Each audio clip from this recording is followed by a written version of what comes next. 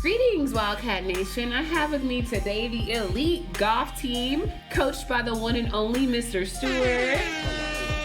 Hello, hello. Hey, fellas. Thank you guys so much for taking time out of your schedules to come and kick it with us for a little bit. So we have a couple of questions in regards to golf. Okay. So let's go ahead and get started, right? All right. Okay, so golf is not a sport that we've always had at Dunbar High School. This is actually our it's our second year having golf. Give it up for second year, right? It's our second year having a golf team at Dunbar High School. Yeah. So can you guys explain to us how scoring works in golf? Yes. Well, first, let's back up. I'm getting ahead of myself. Real quick, let's do introductions. I'm sorry. Introductions. So go ahead and introduce yourself for me. What's up, guys? My name is Frederick Garden. I'm considered possibly the captain of this golf team. I know that's right, Bomb. Tell them. Yeah. And I am Mr. Stewart. I teach English, but I'm also the golf coach. Golf coach. Boys and girls. More bombs for everybody. Okay, so now that we've got introductions out the way, because who doesn't introduce themselves before they speak, right? Okay, so let's revert. So how does scoring work in golf? Let us know. How scoring works. It can be difficult and easy to explain, but there are ways to score the different scores in golf. Let's see. Every time you hit, that's like 1 point. Like, let's say if I just hit the ball like 119. That's how many times I hit the ball, basically. And like, you got 18 holes. That's how many is on one course. Every time, like, I hit it 4 times on one hole. That's already 4. And I just add it up. Then by the end of the course, or by the end of the tournament, we just add it all up in a calculator, and that's our score. Okay, so essentially every time you swing the ball, that counts as a point. Yes. And so I'm guessing the goal is to have the less as possible. Okay. Yeah. So like in most sports, the goal is to get the highest score, right? For golf, is to get the least amount. So if you're scoring under 100, good, right? If you're scoring even below that, like the 80s, 80s, 60s, you're definitely in the right range. That means you took 2 hits on a 200-yard hole, and you got it in 2 swings. That's a really good thing. Wow. So there's 18 holes total. Yes. Correct? And you got to walk them all. Yeah. Because when people come out, they got to know that. They got to walk them all. You got to walk? Yeah. What about the carts? Is that like a misconception? Like, if each hole was like far, we're allowed to use drive the in the cart. Yeah, I put them in the cart a couple times. But usually I walk. Oh, wow. With the golf bag on his back. Oh, I want to make sure we know that too. But with you don't have to walk it on your back. You could just have a cart. But a wheelie. We got one of those too. But if you don't got one, you're going home with the hurt bag. Okay, so as the courses increase, does the difficulty increase, or is it like the whole one might be each hole varies. Some are different, some are the same, some are straight, some are curvy. It doesn't matter. They're all different. Not one hole will be the same. Yeah. Some of them have lakes in between them. So like you can end up with 2 we call it drop-off points. So you can end up with 2 like lakes or streams or rivers. So if your ball go into the river, or like that counts as a strike. And you got to start on the other side, and then you keep it going. So. Oh my. Yeah. Okay, so there's a lot of things that you guys just cleared up for me. So I feel great just now knowing what the goal of golf is, right? So I know we have our district meet coming up. Can you give us the details? When, where, time? How can we support? So our district tournament will actually be the 4th and the 5th. That's next Thursday and Friday. So April 4th and 5th. I'm sorry, April 4th and 5th. Right, I figure we still in March. So next week we actually will be at Pecan Valley. Yes, in Benbrook. And that's where we'll be for 2 days. And it's a pretty fair course. There's some hills, steep. They have less water features. Walk. Yeah, uphill. For sure. Okay, so district meet is next. You said Thursday and Friday? Yep, Thursday and Friday. And then do you have a start time? They usually start at 8 a.m. and they should run you to maybe 2. On the early end, maybe 3 if we have some they usually end about like an hour or 2 before school ends. Oh, that's nice. But so you come out for golf, whole day out. Early release. Yeah, love that. So how are you getting prepared for districts? Frederick, what are you doing? I'm just practicing really. Practice almost every day. Watch the videos. That helps. Sometimes I go inside.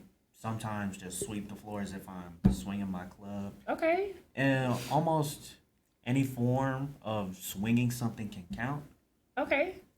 So that's how you get your extra practice in. Mm-hmm. I love that. So who do you guys consider our biggest competition at District?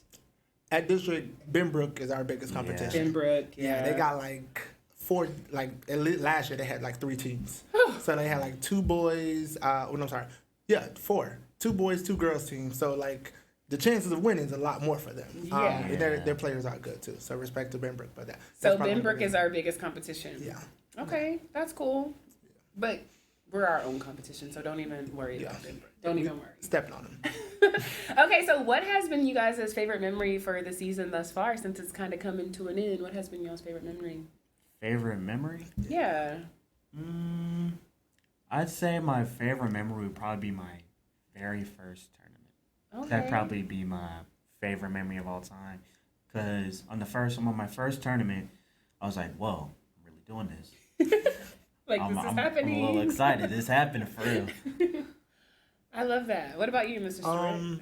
I think my favorite moment or like memory of from the season has been when Frederick, like we call him a what is it? I think we call it a bogey. So he took like 3 swings to get it into a hole, and I was like, yo, like we really out here. You know what I mean? He swung really well from the tee. That's when you first put the ball down. It got really far, and then it took him 2 additional strokes to get the ball in. I was like, yo, we making money out here. We're in here. We're in there. So I that love felt that. really good. Great job. I love that. Okay, so since your season is coming to an end now, I'm sure you were starting your recruitment for next year, right? Yes. So if our students want to join golf, what should they do? Yes.